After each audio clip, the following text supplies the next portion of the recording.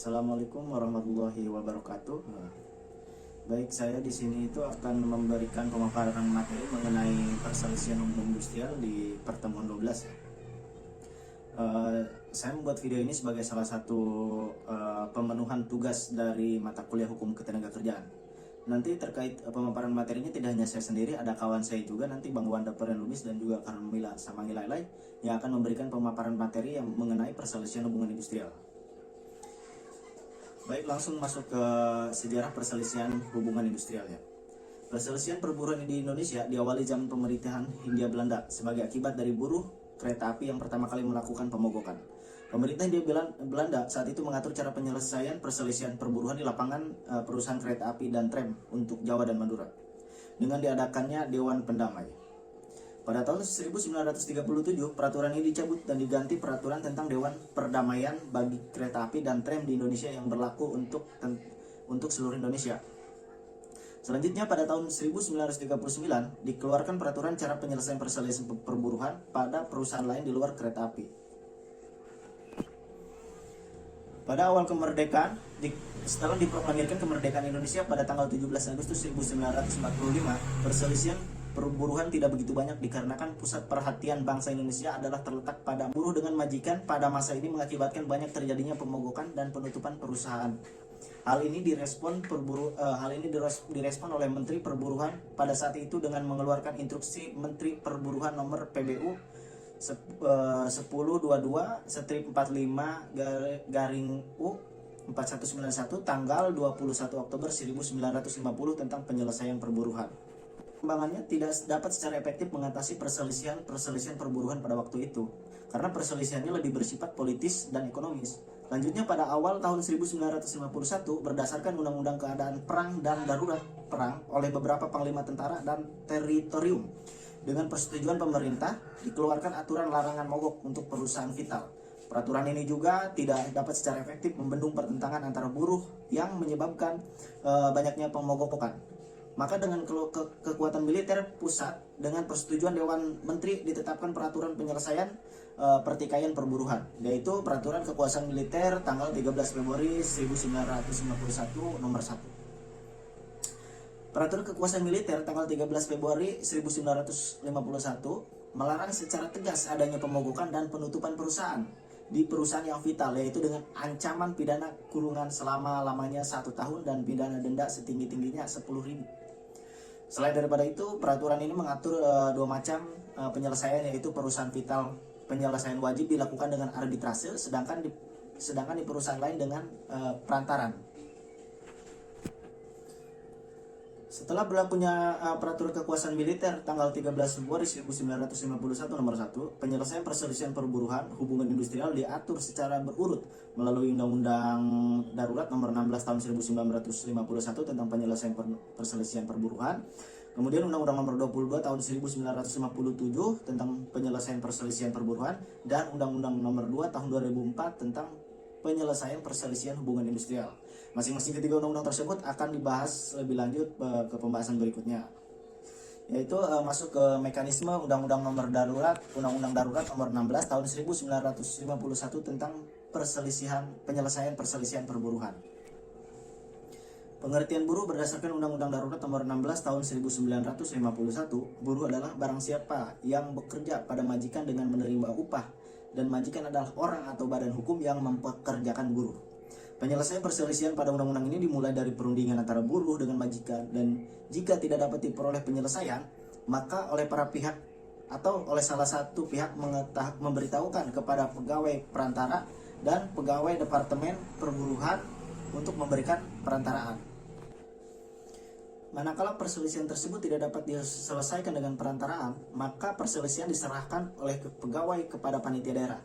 Panitia daerah harus mengadakan perundingan dengan pihak-pihak yang berselisih dan mengusahakan perdamaian segera setelah menyerahkan perkara perselisihan. Perselisihan tersebut menyangkut suatu perusahaan vital yang dapat membahayakan kepentingan negara atau kepentingan umum. Panitia pusat segera menentukan perselisihan tersebut akan diurus tersendiri. Panitia pusat dalam putusannya dapat memberikan putusan yang berupa anjuran atau mengikat, namun pada prakteknya biasanya bersifat mengikat. Putusan ini selanjutnya akan dimintakan kepada pengadilan negeri untuk dieksekusi layaknya putusan perdata. Baik, mungkin itu saja yang bisa saya paparkan mengenai materi perselisihan hubungan industrial ya. Untuk yang selanjutnya nanti akan disampaikan atau dipaparkan oleh saudara Wanda Frenbis. Terima kasih. Undang-Undang Nomor 22 Tahun 1957 tentang penyelesaian perselisihan perburuan. Selanjutnya adalah dengan diberlakukannya Undang-Undang Nomor 22 Tahun 1957 tentang penyelesaian perselisihan perburuan, mencabut Undang-Undang Darurat Nomor 16 Tahun 1951 tentang penyelesaian perselisihan perburuan. Perselisihan perburuan dapat dibedakan berdasarkan jenisnya. Yang pertama yaitu perselisihan hak, yang kedua perselisihan kepentingan.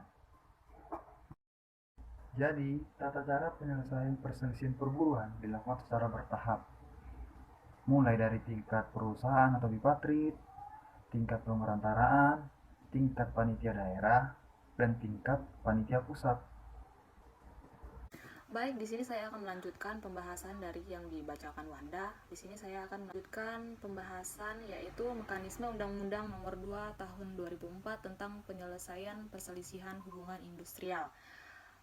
Di Undang-Undang Nomor 2 Tahun 2004 tentang penyelesaian perselisihan hubungan industrial ini disahkan pada tanggal 14 Januari 2004 dan dibentuk berdasarkan amanat dari pasal 136 ayat 2 Undang-Undang Nomor 13 Tahun 2003 tentang Ketenagakerjaan. Peraturan perundang-undangan yang mengatur tentang penyelesaian perselisihan ini ada hubungan industrial selama ini ternyata belum mewujudkan penyelesaian perselisihan secara cepat, tepat, adil, dan murah. Pada perjalanannya, Undang-Undang Nomor 2 Tahun 2004 tentang penyelesaian perselisihan hubungan industrial ditunda keberlakuannya selama 1 tahun, yaitu dari yang seharusnya diberlakukan pada tanggal 14 Januari 2005 menjadi 14 Januari 2006. Namun, pemberlakuan undang-undang ini merubah total sistem penyelesaian perselisihan perburuhan dari yang diatur sebelumnya dengan Undang-Undang Nomor 22 Tahun 1957 tentang penyelesaian perselisihan perburuhan. Perubahan-perubahan tersebut antara lain yang pertama yaitu merubah istilah penyelesaian perselisihan perburuhan menjadi penyelesaian hubungan industrial.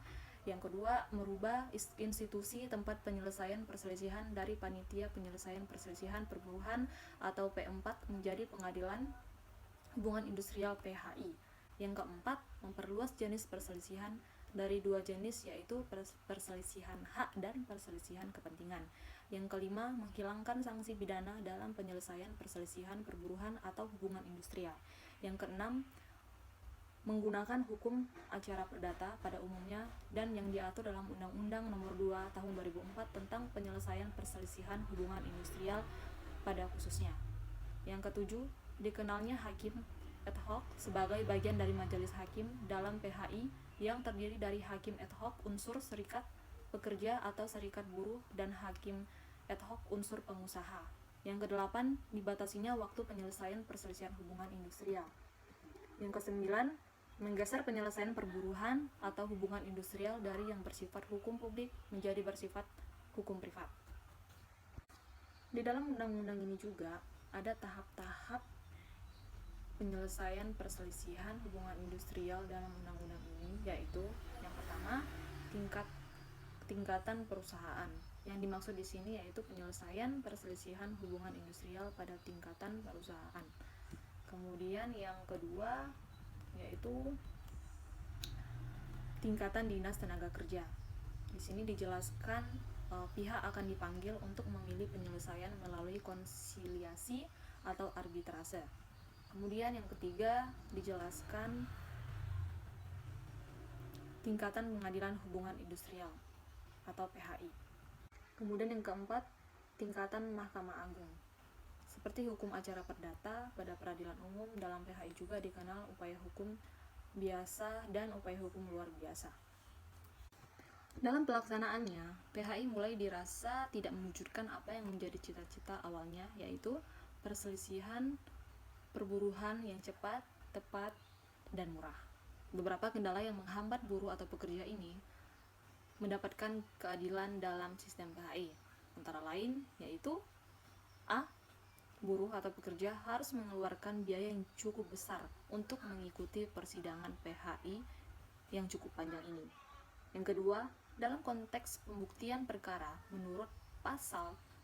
Yang kelima, keterbatasan kemampuan buruh untuk membuat surat-surat yang diperlakukan selama proses persidangan seperti gugatan, jawaban, replik, duplik, dan kesimpulan.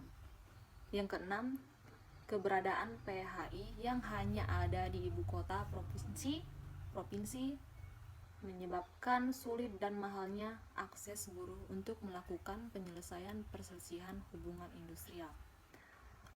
Sekian penjelasan materi dari kelompok 12. Jika ada kata-kata yang kurang berkenan, kami mohon maaf. Terima kasih. Wassalamualaikum warahmatullahi wabarakatuh. Salam.